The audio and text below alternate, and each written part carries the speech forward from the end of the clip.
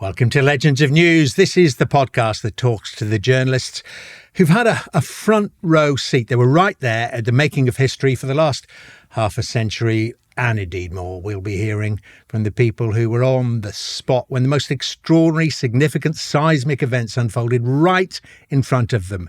Many of them are colleagues and rivals, sometimes both. During my own 40 years in broadcast news, well, today's guest, I'm glad to say, has reported, I think, from pretty much all the continents in the world, maybe not Antarctica, but he certainly has interviewed some of the most significant figures of the late 20th and 21st century, from Putin to Mandela and many, many more.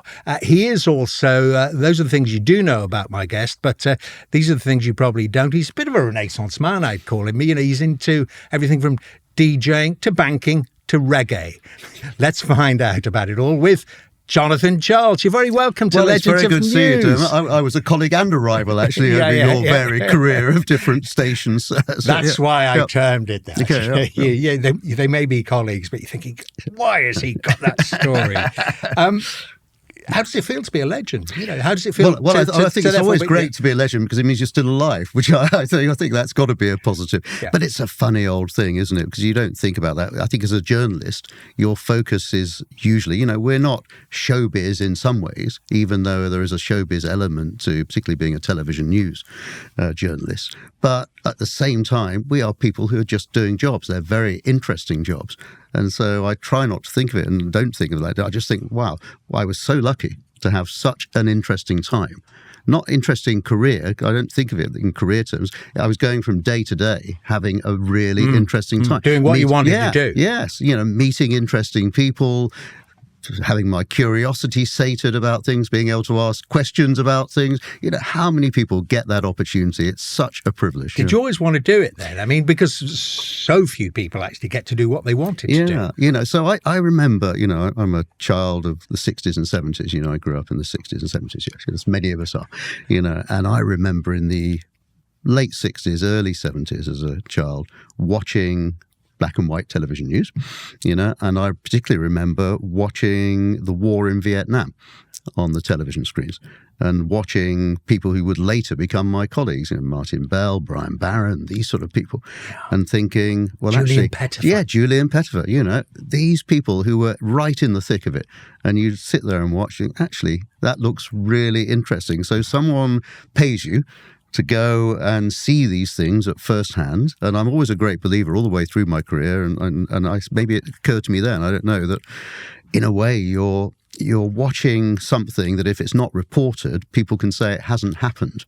So you're there to say it has happened and here it is, you know. And even more important now in terms of, you know, my truth. Is it the truth? Yes, the truth. If it happened, it happened. Yeah, you know. And I think watching that as a child, I thought this is really interesting.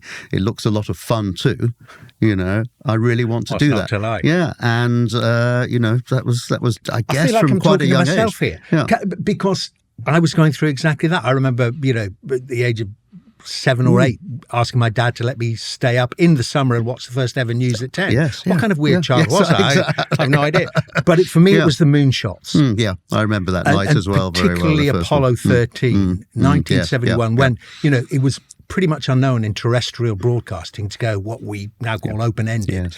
Alistair Burnett, you know, James Burke. That story transfixed me. I can feel hairs going up in the back of my neck now. I want to do that. You know, not go to the moon, but I want to report on events like that. No, and I definitely, you know, like you, I remember very well, you know, staying up for the first moon landing. I remember, yes, also 1971, you know, and I guess in those days, you know, it's interesting. If my generation, you know, were quite well known because of the size of audiences, of course, the generation just before us were even better known because audiences were even bigger actually in the late 60s and early 70s. And, you know, I feel today it would be very difficult, for someone who's broadcasting today to build up the same either audience recognition, because they're so fragmented, the audiences, or indeed the whole experience. What makes a good journalist? It's experience. You've seen so many different things. You've seen in so many different scenarios that when something comes along, actually, I recognize that because I've done something similar, or I can see the connection between that.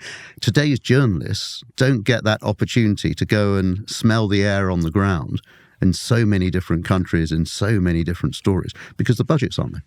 Tell me, though, a lot of people listening and watching this, especially younger people who want to follow the paths you and I have been lucky enough to do, are saying, well, that's all very well. I have the passion. I'll get the experience if you let me have it. They just say, well, it's catch-22. I can't get my foot in the door. How do I do that? How did you do that? Tell people. Yeah, I was very young when I was lucky enough to get into broadcasting. When I was about 15, I wrote to the manager of BBC Radio Nottingham, I'm from Nottingham originally, and said, I think I could really do this. Would you allow me to come in? And so I went in to see the manager of Radio Nottingham, a very good guy called Arnold Miller. And, he stared back at me and we talked for a while. And he said, well, why don't you come in for a week and see how you feel and we'll see how we feel. So all right, I'll come in for a week. Guy. Yeah, he could have just said, you cheeky sod, off you go. But I think that was the days, of course, where you sent a letter, and how many people wrote letters? Nowadays, maybe hundreds of people would write an email and he'd be overloaded with it, but a physical letter landed on his desk. And so I came in for a week in 1979, and I never left. Well, you did, because I did. But hold on, throughout university, you kept through working school there and doing university. shifts. Yeah, so basically, when I was at school, I carried on at Radio Nottingham. When I left Radio Nottingham, I had a year before university, and I went to the BBC in Birmingham, to the newsroom there. It was a bigger station, Radio WM.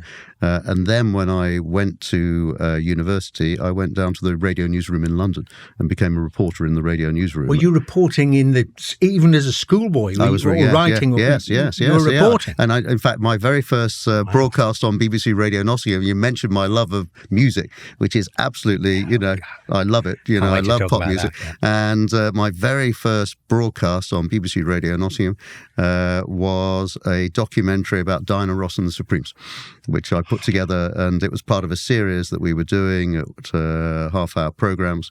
Which I did Diana Ross, I did the Police. We did all sorts of, basically pretty good musicians with interviews, with bits from their past, and that was my start in broadcasting. So not news, but then news fairly swiftly. And did they actually afterwards. pay you as well? Sounds to me like you'd have done it for nothing. Well, no, I would have done it for nothing, no problem at all. But in those days, I can remember the freelance day rate for a package was £5. Oh my goodness, and it's probably the same now. It probably is. Well, the freelance day rate, I remember, for a freelance reporter for a day in those days at the highest level was £42 a day.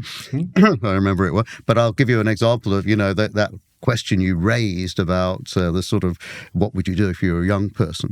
So here's an example, So in 1983, down in London, I was freelancing mainly for the BBC, but I was also reading the news on independent radio news, on the IRN network news, which went out to all the commercial stations. And I was paid £200 a day in 1983.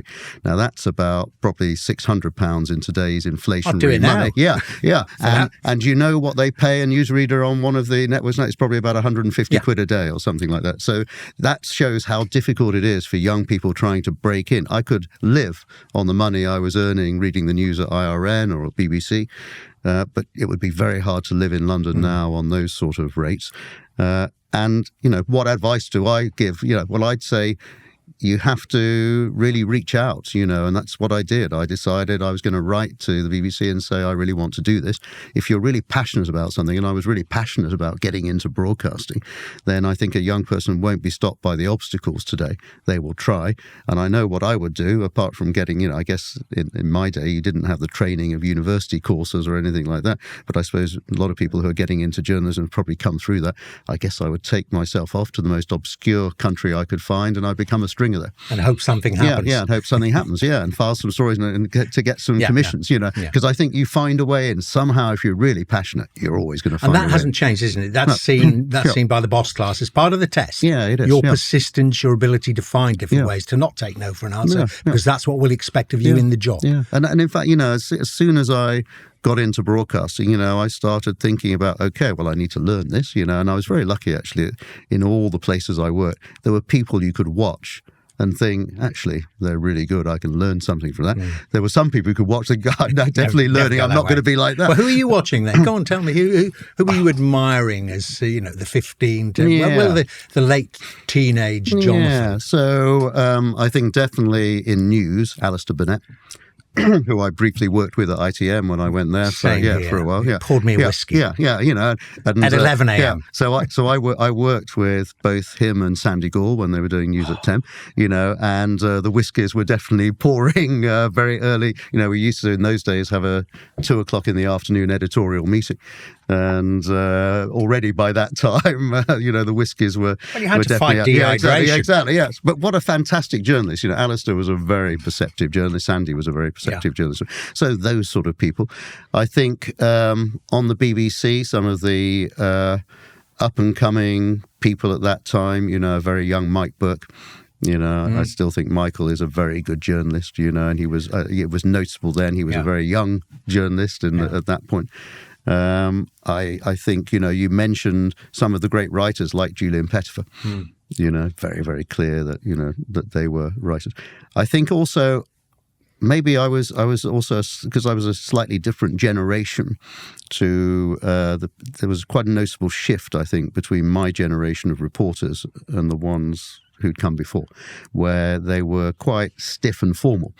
I think what I brought into it, and my generation on the whole, I brought in more of the element of broadcasting along with the journalism, and I was very, I guess I was very influenced in the way that I broadcast from learning lessons from non-news broadcasting, in particular the fluidity of speech and presentation of radio disc jockeys, and bringing that into news. In the sense that, it's a slightly more relaxed. But you had that in your locker because that was your passion. Because that was my passion, And in fact, I did, in my early days in BBC local radio, I did present some music programs, and that was, and actually I was torn as to which way to go because you've got my love of music, got love of news. Which way did you go? And I think in a way I found a way of combining those things, and so bringing that non-news element into news I thought was quite important because I thought even though the shift was not that great compared to what happened later in news, the world was definitely changing in the late 70s and early 80s, and the style of broadcasting, influenced, I think, as well by the launch of breakfast news on both channels in the early 1980s, 1983. I think influenced as well by, I was influenced a lot by some of the news I'd seen in America, on American networks. And I thought that maybe there were things that could be learned from that. Yeah, well, actually putting quite a few people in the studio, broadcasters, and they talked to each other. Yeah. I mean, that was revolutionary. News at 10 all those years back, they didn't talk to each other, but two presenters, my goodness me. Yes, and actually Sandy and Alistair, for example, could have been in different, or Carol Barnes, they could have been in different studios sometimes. Yeah. So. But that breakfast news in particular, it was the chit-chat, and that was an American import. So I thought that was revolutionary, and I could see other revolutions going on in broadcasting even when I was young, and I felt there were some lessons that actually I could do it slightly differently. I'm going to be cheesy here and take that word revolution. I mean, you saw some proper revolutions as your career progressed, and one that nearly took place looking back at it at the very start of your career. So you get the job and you're thrown in at the deep end, at the deep pit, the miners' strike. Yeah, exactly. Yeah, I mean, you covered that. From the very first day to the very last. What a blooding that was. It was. Yeah. I mean, again, you learned a lot during the miners' strike because on day one of the miners' strike, I remember I was at a pit in the Midlands in Staffordshire, the Staffordshire field, and when they all came out, on that first morning, very early in the morning, crack of dawn. And you realise that there was something deeply political going on. This was not just a strike. This was also a test of the resolution of the Thatcher government in order to, what were they going to do? Were they going to buckle, as previous governments have done? Were they going to tough it out? And you could see the resolve on both sides. The miners, not just to save their pits, but also the miners to make a political point, because they recognise, this was also a deeply political moment. So all the way through that. And actually, again, to me, it felt like a very personal story, because I'm from Nottinghamshire. Yeah. And Nottinghamshire is, at that point, was one of the best coal fields in the country. And the miners' strike resonated very deeply there. I saw it every time I went home, to visit family. It split communities. It was, where some miners worked, some didn't. And so every day, that again, as a journalist, it's all about experience, isn't it? You want to get as many different experiences as possible. That's part of the joy of the job, but also part of doing the job well. But I mean, what a grounding that was, and not just for the enormity of the event, but because it throws in at the very beginning of your full-time career, the core question, which applies as much, if not even more so today, is about impartiality, and particularly for the BBC. I mean, the country couldn't have been more divided on this issue. You're a young reporter thrown into the middle of this, hearing, and it's not just one side against the other. How did you absorb that, and then how did you put it on screen or on air? So it's a funny thing with impartiality, isn't it? I think sometimes when you spend time in the BBC, you breathe it in. It's almost in the air.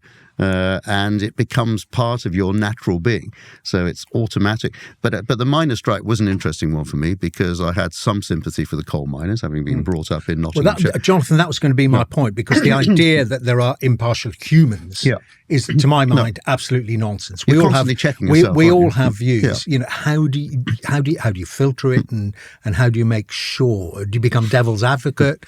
I mean, do you find yourself spouting Thatcherite lines that you don't agree with? Or what? Well, I think it's an interesting one, isn't it? Because sometimes in your analysis, in that attempt to really be impartial, to hold the line, you are saying things clearly you would not believe when you walk out the door at 10 o'clock at night, having done your piece.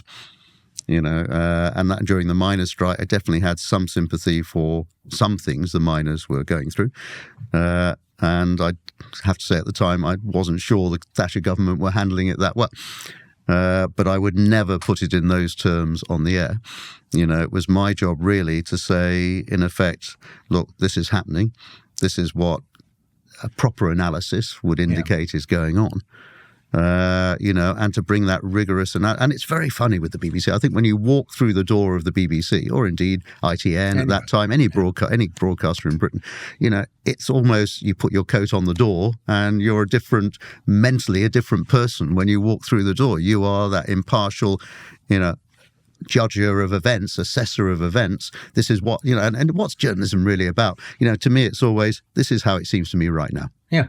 That's the only question I'm really interested in answering. How does it seem to me right now? Okay, audience, this is how it seems to me right now. But there are also ways, aren't there, Jonathan? Of expressing that thought that you think, well, mate, you've got quite a lot of experience on the ground there and covering it for as long as you did. That you think, well, I'm not sure government policy is actually, working. I've seen the mistakes they've already made. Now you can express that. You don't do it you don't do it in a piece to camera. No, exactly, but you challenge a government minister. Actually, there's wording, isn't there? You can use. So I remember being at Orgreave coking plant during the miners' strike on that day when it was a pretty bloody interaction between the police and the miners. And with horses racing across the field, so it was like a medieval battlefield.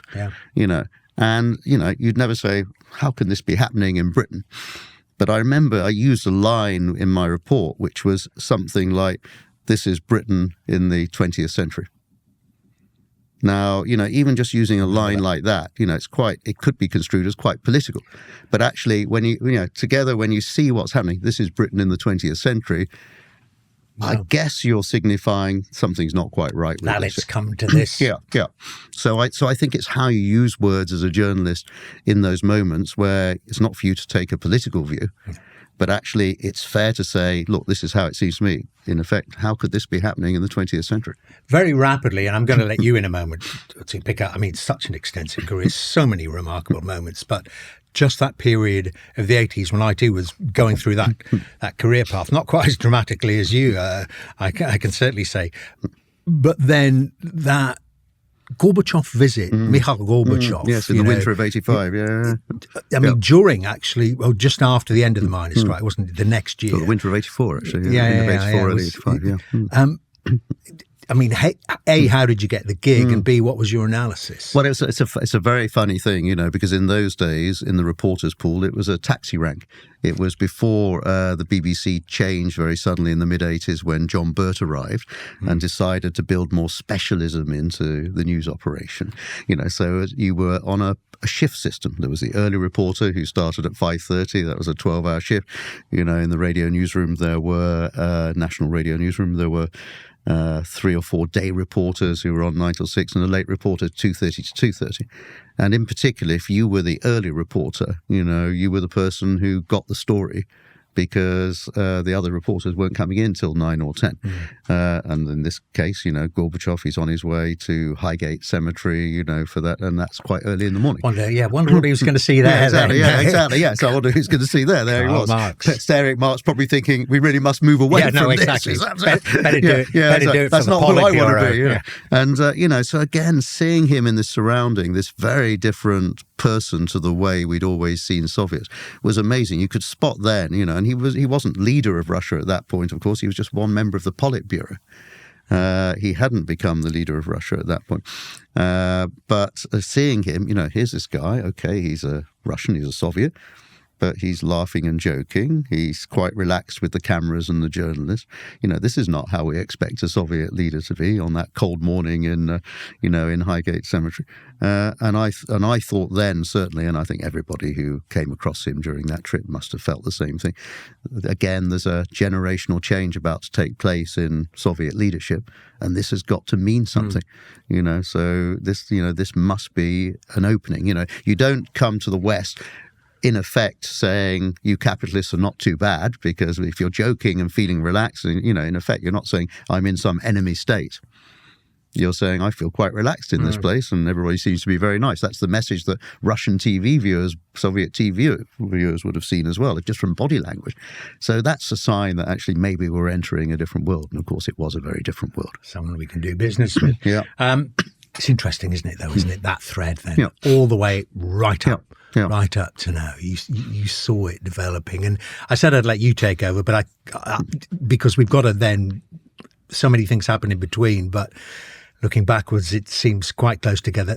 That leads to the fall of the Berlin Wall. Yeah, no, I mean, then it started happening. You were there too. Well, so I was one of the BBC's Europe reporters at that point. I'd been appointed I'd been the BBC's North America correspondent, and actually then spent a few months in Latin America, because in true BBC style, I'd been the BBC's North America correspondent, and then John Birt had decided he didn't really want a New York correspondent. He wanted everybody in Washington. And because he felt the political was much more important in Washington than anything else that could be going on. So that's the end of the Reagan era. Yeah, exactly, Right? precisely. Yes, it's actually the election year for the next stage of the Republican march, which was George Bush Senior. And so then I had a few months to kill, and they weren't quite sure what to do. So I got sent down to Latin America, and for 3 months to Sao Paulo. And to cover Latin America, and in particular, actually, to do a documentary about the destruction of the rainforest, which was the first time we were really waking up to the climate change. And, I thought, okay, I'm very happy to go and make a documentary of and it was absolutely fantastic. But then I got appointed, and I knew this was coming up, so it was a question of sort of killing time in a way, to be the BBC's Europe reporter, and to be the BBC's first radio and television Europe reporter, because the BBC was moving into this multi-skilled arena where correspondents did both. So no sooner had I arrived pretty much in Europe in the summer of June 1989, that things really start happening in Eastern Europe, in which we've got obviously the protests which are taking place in Eastern Germany. then you've got what's starting to be clear. You know, the unthinkable is starting to happen, that there is a possibility that Germany, you know, is going to be reunited, that the wall is going to come down. And of course, that's what we saw happening. And it was the most remarkable time, not just the fall of the Berlin Wall in Berlin, but also in what was going on in Czechoslovakia. Very quickly afterwards, what goes on in Bulgaria, in Romania, the whole thing is coming apart. And the amazing thing was, you know, it's a bit like living in Donald Trump land today. You'd wake up in the morning and you would not know what the world was going to be like later that day, because things that you thought, all the old certainties were going, things that you thought were certain, just disappeared, you know, and that was fascinating. The ability to go and report in Eastern Europe unhindered for the first time. Which you couldn't have imagined even a few months before. It was unbelievable, you know, and to me that was absolutely, you know, to see things that we had been barred from seeing. Imagine how it felt for their populations going the other way. That was pretty unbelievable as well. And I have to say, actually, I saw that. I was based in Paris at that point, and you saw people from Eastern Europe coming on coach trips for the first time to Paris, just to, you know, weeks looking after shop windows. Yes. Couldn't afford it. And they would sleep in the coaches in the Champs-Elysees, you know, almost. But it was absolutely staggering. So I think just seeing that change in human terms, and that's what reporting's all about as well. But just being there, I mean, that night, and it was. So actually, I can tell you an interesting story. When the border guards gave up, they started streaming across the bridge, and I only watched it on TV. So I'll tell you something. You were there? No, well, I'll tell you something very funny. Even though I was the BBC Europe reporter, I'd gone away to America on holiday. And because we'd also, it's not going to happen just yet. So, and I'd been traveling through the States for about 2 weeks. And I'd been listening to the odd radio broadcast. I'd seen the odd television news. I knew the protests were intensifying. Things like that. You know, it seemed all right. And then on that particular night, that November night, I had flown from St. Louis to New York. And I got into my hotel at about 6 o'clock in the evening, New York time, on that November night. And I thought I'll just stick on the NBC Nightly News and have a look. And 6:30, I see Tom Brokaw, the presenter of NBC's Nightly News, standing on top of the Berlin Wall. What? No! It's my patch! Exactly. Anyway, so I rang the foreign desk and I got a plane immediately over to Germany that night. But you know, that's one of those things. At least we live in an age where you could be there very quickly. Yeah. But then, of course, the weeks that followed were absolutely staggering. You know, again, this like dominoes falling. And you're suddenly in a very different world. And not just in a different world, I realized, you know, in terms of the collapse of communism, but what it meant for European integration as well. When did you first come across Vladimir Putin? I first came across him in 1999. So he was just been made prime minister. And you, by that stage, had been deployed to Moscow. I was in Moscow. So what had been going on, you know, during that period, Russian prime ministers changed every 5 minutes because Yeltsin was on the way out. He clearly, as president, wasn't in great physical shape. And he kept appointing different prime ministers who he hoped would protect his position if anything happened to him, so he'd never be prosecuted or if he had to step down. And none of them really made much of a mark. And then all of a sudden, there's this guy, Vladimir Putin, who's come from nowhere, suddenly is prime minister.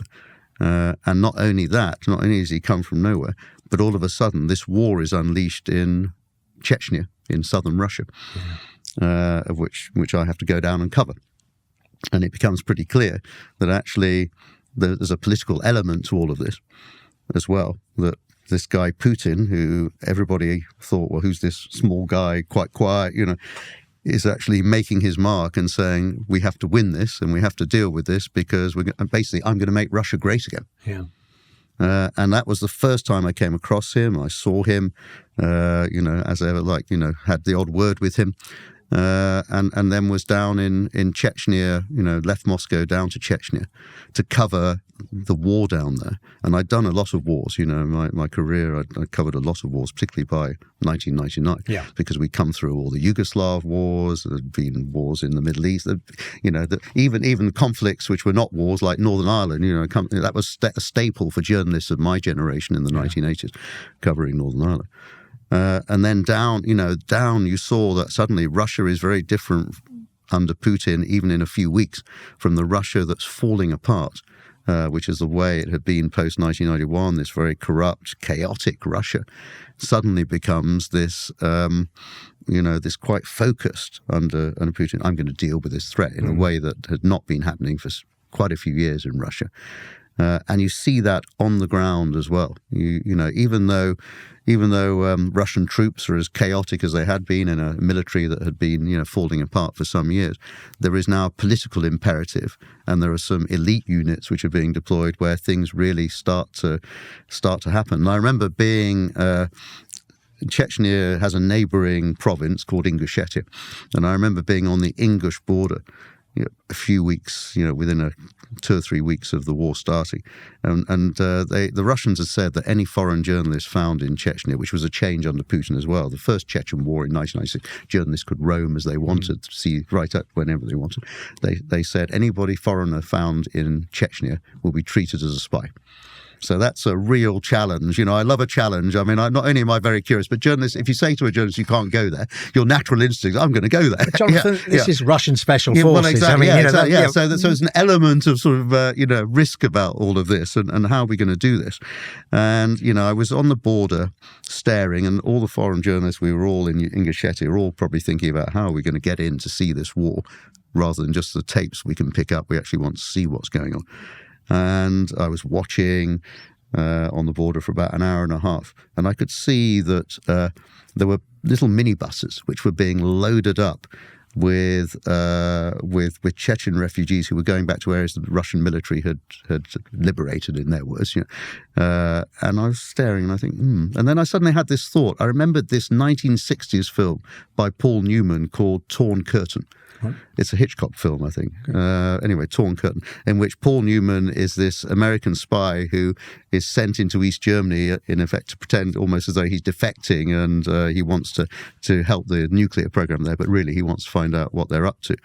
And when it's time for him to come out, I remember the scene in the film that to get him to the Berlin Wall so he can cross over from where he is, they run a bus 1 minute ahead of the scheduled bus service in order for him to travel to the wall, and it looks like the scheduled bus service, and they pick up some passengers and things like that.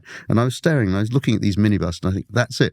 We're going to get a minibus, and we're going to pack it full of refugees, and myself and the crew are going to be in the back, hidden away, dressed down as though we look as though we're... Because I'd noticed when the Russian troops got on, they didn't go individually amongst all the passengers for IDs. They stood at the front of the bus just sort of looking. And I thought, well, if they do that, we'll be okay. And it was that torn curtain. I just thought that's the way to do it. And we got in every single day that way. And we were able to. Terrified. Yeah, I think it's amazing how stupid journalists can be sometimes. A smile on your face. Yeah, well, I think I'm thinking about it now. I guess if you're a war correspondent, you have to believe in a way that you've got an element of immortality. Because otherwise, what sort of crazy person goes off to be a war correspondent? When everybody else is trying to get out, why the hell would you want to get in? So you have to be mad, I think, in some ways to do that. So I think you think, okay, we can get away with this. And you want to, again, the curiosity thing, you want to get in, see what's going on. So we did it. We got in every day. We got all the way to the front lines. I remember going, and again, once you were inside, you very rarely, you come across lots of conscript Russian soldiers, but you wouldn't come across very many elite forces. And the conscript soldiers didn't want to be there. And I remember we were driving down the main road as it was towards Grozny, the capital of which was probably the most dangerous place, and Chechnya itself was one of the most dangerous places on earth. And we stopped, and it was a mud track, this main road, which tanks had churned up. And there were a couple of Russian soldiers by the side of the road.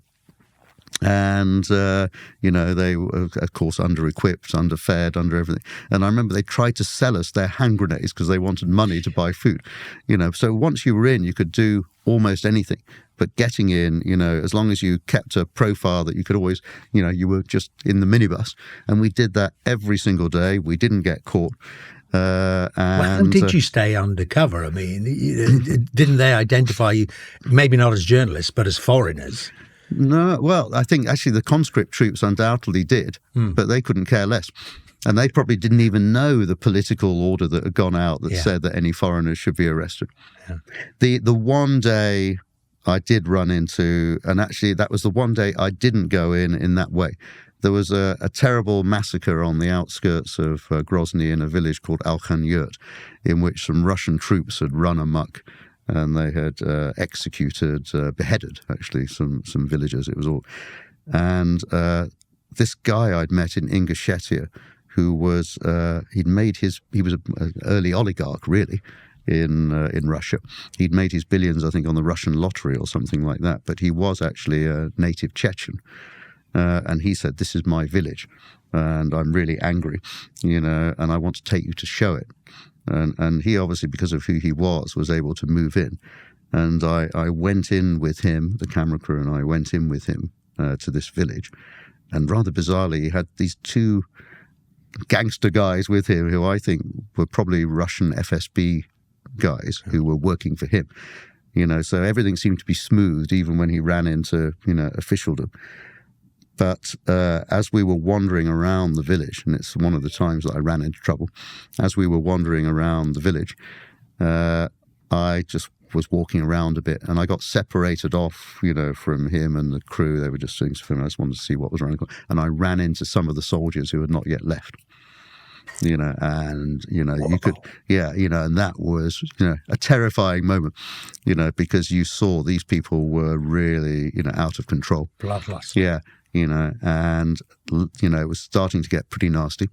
And the only thing that saved it is one of these two who I think were FSB Russian security guys who were working somehow for this Chechen oligarch happened to come around the corner, and they said, in effect, "You know who we are," and you step back, But I think another 2 or 3 minutes, and that probably would have been it. I think that's one of the things that. One other funny story always makes me laugh when I think about that. I went back and, we do a month at a time, month in, month out, and it went on for very many months. I remember on one of the trips, actually it was Christmas Day.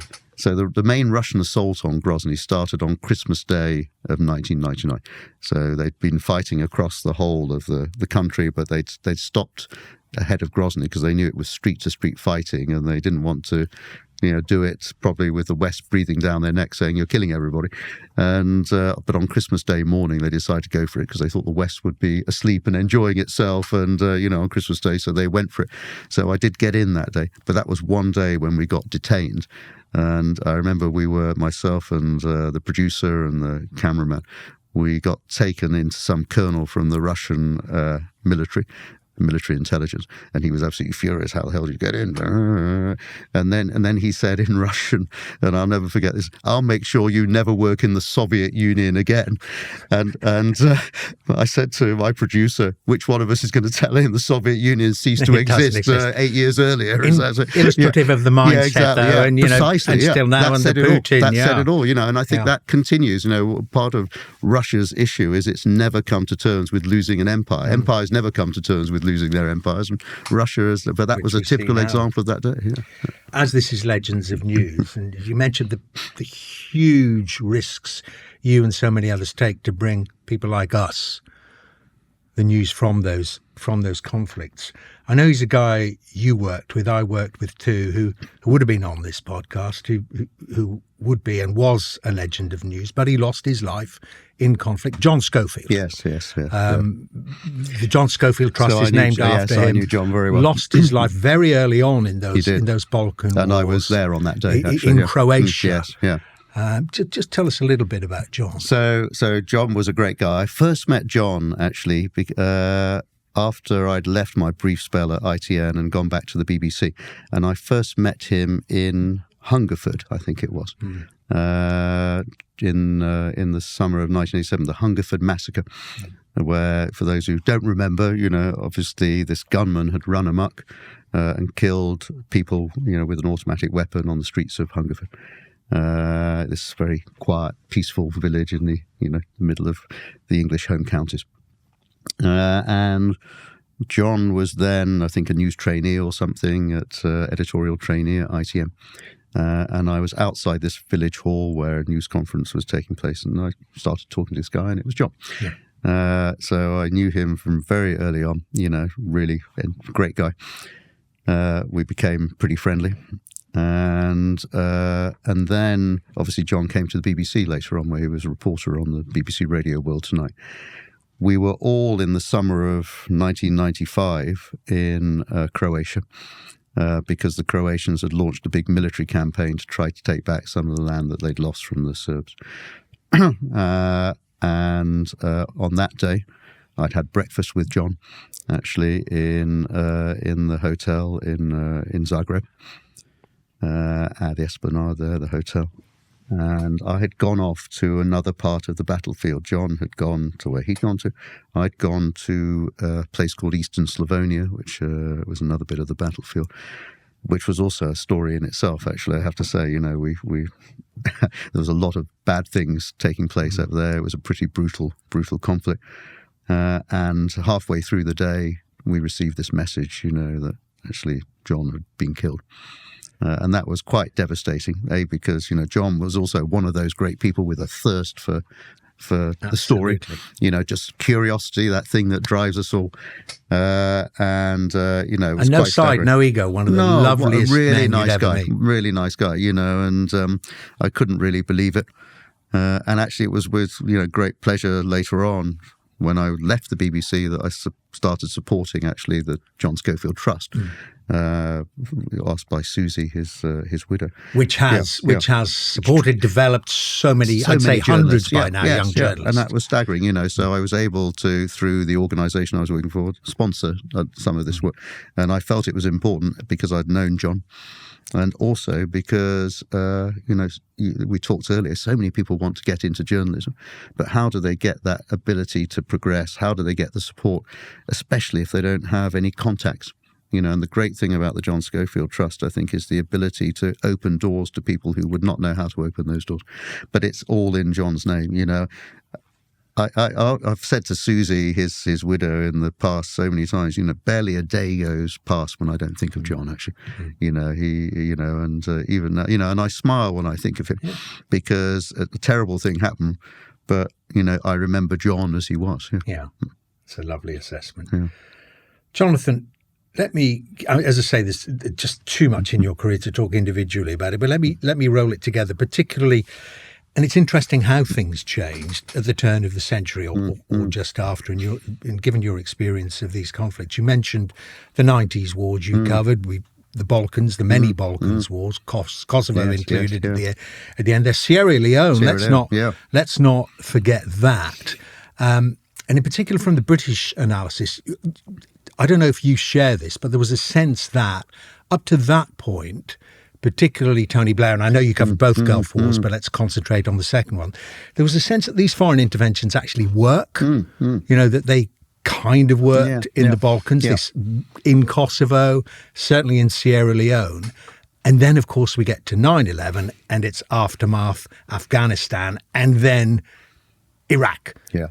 It all changes there. And, you know, they hadn't worked out that these were going to be bigger, world-changing and persistent by the time they got involved in this. It's interesting, you know, there are trends in the world. And I think we saw that trend, you know, from the moment Tony Blair came in, this almost messianic belief that actually you could liberate territories, you could make sure that democracy reigned by use of force if necessary, you know, pull back the forces of evil. You know, I saw it on the ground so many times, you know, Sierra Leone, where there'd been terrible fighting going on for a long time, in which, you know, and a former British colony, so he felt he had to intervene there in some ways, you know, or at least try to balance things up in the battle that was taking place. Kosovo, But then we come to this big moment. And 2001, I guess, is such a sea change in the way that things happen. First of all, you've got this massive terror event. And I was actually on the ground in Yugoslavia, former Yugoslavia, on that day of 9/11. There was a brewing civil war taking place in Macedonia at that point, which was the latest, you know, of the Yugoslav troubles between ethnic Albanians, Muslim ethnic Albanians, and the ethnic Slavs. And I was actually with the rebel troops on that day up in their mountain, you know, hideaway. I managed to cross the line and get up there. And I was with the rebel commander in his office, and the radio was on, and in Albanian. And I could suddenly see him paying attention. And I said, what's going on? He said, well, 2 aircraft have flown into the Twin Towers in New York just now. And we don't really know what it's about, but it looks like terrorism. And then he said to me, and they call us terrorists, he said. You shouldn't laugh, but what they were doing, of course, was then put into context and compared to this massive thing. But that was the sea change world almost between those people who were termed terrorists in his time, which were basically often, quite small beer, really, and this mass terror event, which was this new world, and which then required this response. Tony Blair and George Bush and others felt, not many others, but some others felt, required. But everybody felt it was required on Afghanistan. So then I leave and I find myself in Afghanistan 2 weeks later. We crossed the border illegally, actually, into Afghanistan. There you go again. Yeah, exactly. Yeah. Well, I think the thing about journalists is, again, if you say you can't get in, you're going to try and get in. Red rag to you. Yeah, so it's, no, well, hold a minute, we're going to get in there. So we crossed actually from Tajikistan over the river, I remember at night, actually, into northern Afghanistan. And there we are in Afghanistan, for the next few months. With not much food, again, it's often very difficult when you're working in these places. It's a great diet. I always think the war correspondent's diet, because I remember we were probably getting about 900 calories a day, I think, for about 6 weeks. That's all the food that we could carry with us. Yeah. I certainly came back a lot slimmer than I went, but. Again, you're roaming Afghanistan. You realise that this is the place where these terrorists were trained. But it's also the most beautiful country you could ever visit. The scenery is absolutely stunning. The light is like nothing you've ever seen anywhere in the world before. I guess because there's no industrial pollution. It's a completely de-industrialized society. So the light is so pure, it's just unbelievable. And it looks different. And you're going to villages where... it could be 600 years before. For 6 weeks, we were drawing our water out of wells. There's no running water, and I remember shaving in the open air with well water. There's no electricity. It's as nothing has changed. And I think, again, to see these societies on the ground is to understand them. You can't understand them at a distance. There are things I might have had preconceived ideas about Afghanistan that were completely different, because actually when I started talking to people, they said, well, yes, we welcome that you're trying to remove the Taliban, you Westerners, but we don't want you to stay. We want you to then let us get on with our lives. And I think that was one of the mistakes, that actually people didn't pay attention to that yes, clear the Taliban out and then let Afghans try to make their own way. Mm-hmm. Instead, we tried to make the way with them for a long time. And then a couple of years later, tried it again in Iraq. And then you come to Iraq. And again, I was in Iraq, I was embedded with British troops. And, we were being told, as everybody was being told, there are weapons of mass destruction. Did you believe it? You were at the BBC. You'd heard the Andrew Gilligan report on the Today programme. You knew about David Kelly. You knew about, and you'd covered from the first Gulf War all those weapons inspections when they said they don't have a pea shooter, let alone weapons of mass destruction. So I think that was the bizarre thing. So, but then they were preparing us, because we had to have the same preparation as the troops.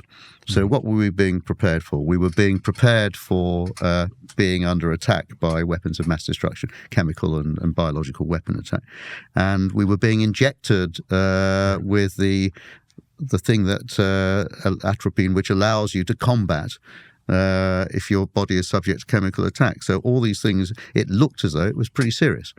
And yet at the same time, we knew, of course, no weapons had been found anywhere, in all the searches.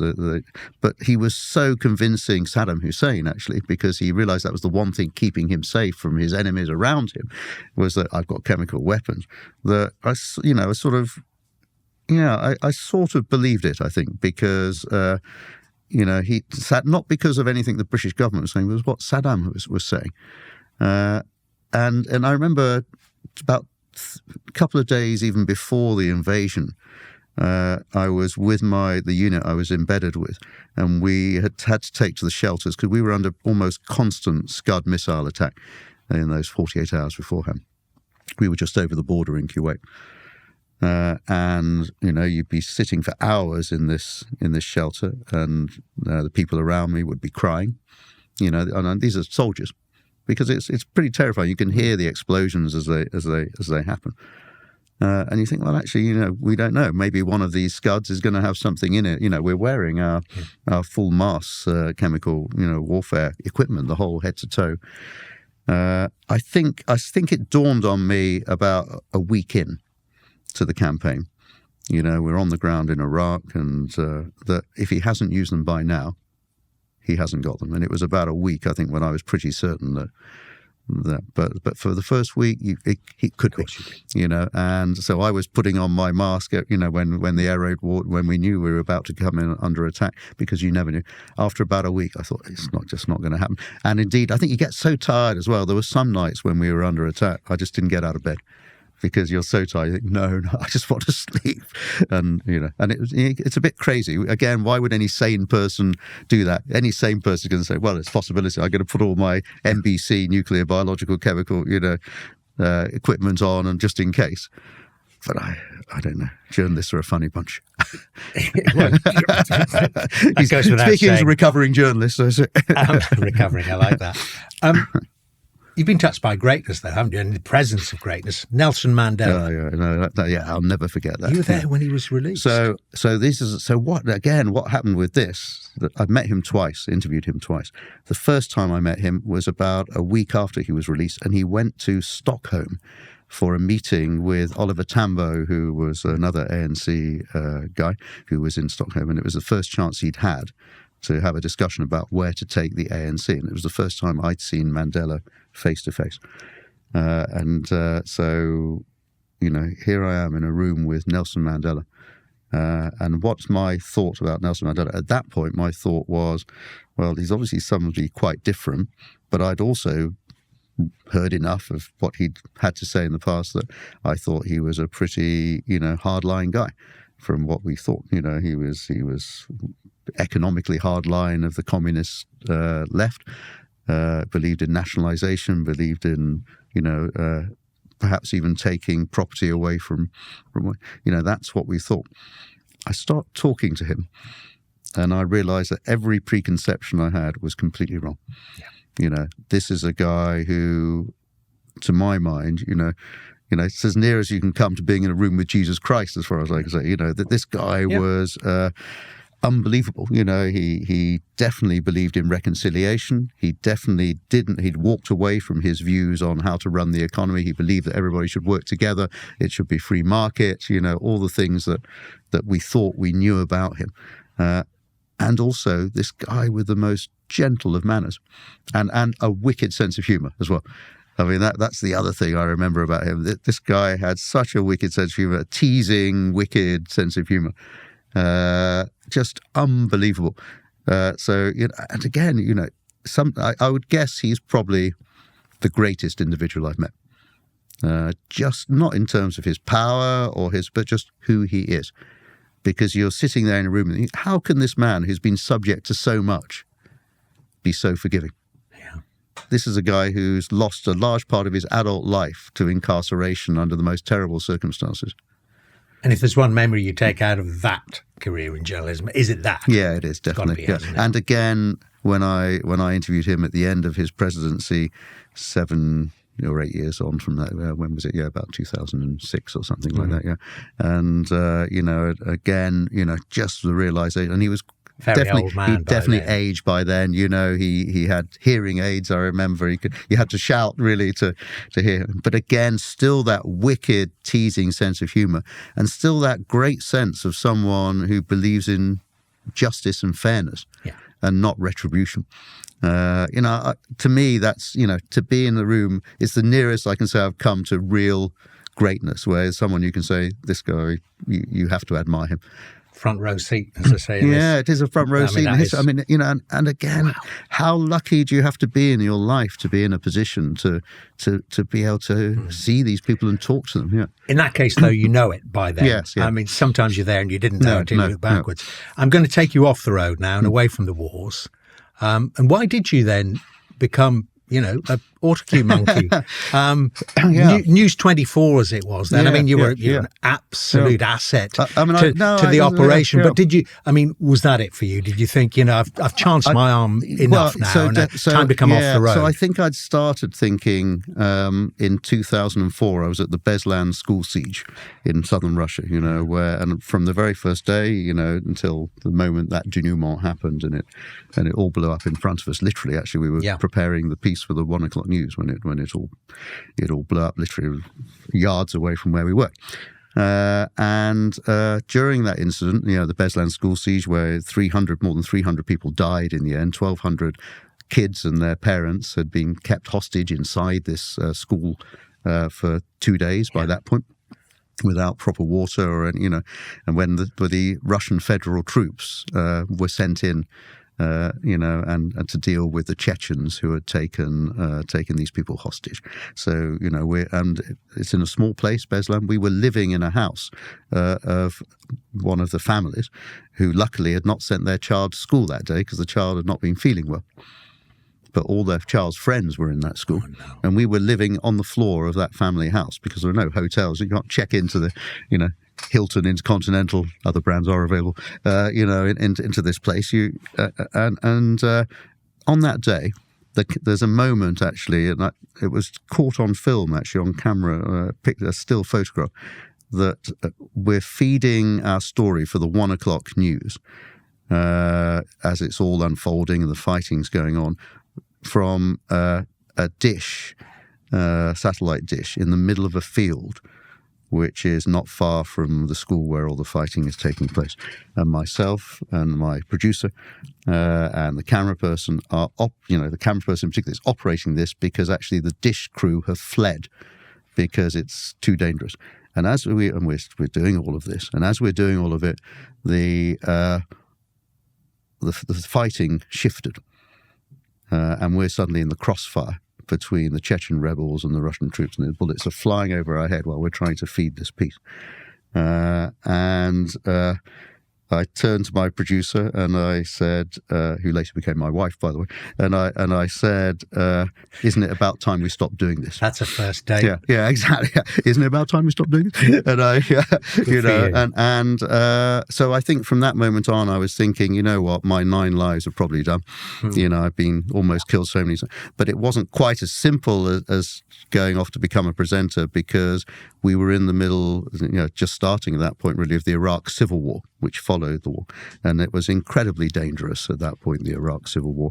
And I think the BBC took 2 decisions. Well, one forced on them, I think. The one that was forced on them, very few people wanted to go and cover it because it was so dangerous, because of the kidnap threat and the beheading threat and everything else being in Baghdad at that point.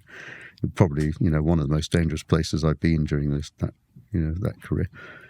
And also, quite rightly, I think they took the decision they would only send more experienced people into Baghdad.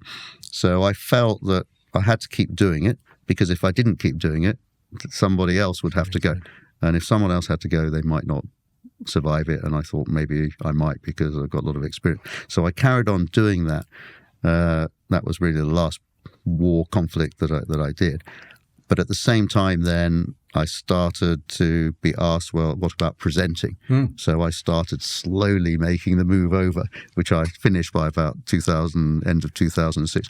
And I thought, what? Well, why not? It's, because again, if I come back to where we started, I felt there was a need to bring broadcasting into news, that actually you could have a lot of fun as a presenter in a broadcast way that wasn't purely news. Was this then behind? This is one of the most watched clips on YouTube, and you know what I'm going to say? Yes, I wish I had £1 for every one of that. I'm Jonathan Charles, tied in a cellar and forced to bear 2 children, which has had about 6 million views. I think. Or was that just a missing comma? No, it wasn't. So actually, I'll reveal the true story. And it was about the clip. awful man Yosef Fritzl, who kept a girl in his cellar. So and that was the headline sequence on the midday news, which was broadcast then on the network as well as on World and News Channel.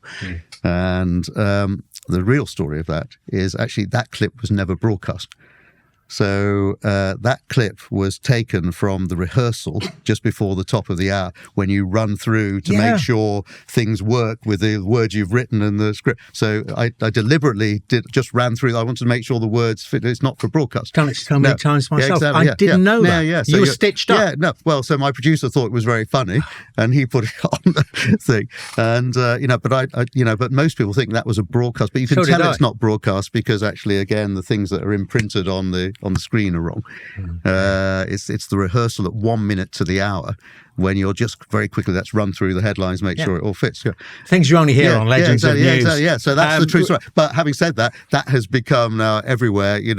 My son talks about it with his school friends. It's I'm jealous. But all I can say is, I wish I had $1 a time, or for every time that had been viewed, I'd be very, very rich. Listen, we're nearly out of time, but just tell me about, people are going to say, because I introduced it, the reggae, the DJing. I saw a great report of yours about the reggae nun. Oh, the nun who nurtured reggae. You weaved it in, didn't you? Whenever you could, I suppose, when there was some quiet times in the foreign correspondent postings. So I've always loved music, right from the very beginning. I was really lucky when I was BBC New York correspondent to interview Debbie Harry, for example, at the height of her fame.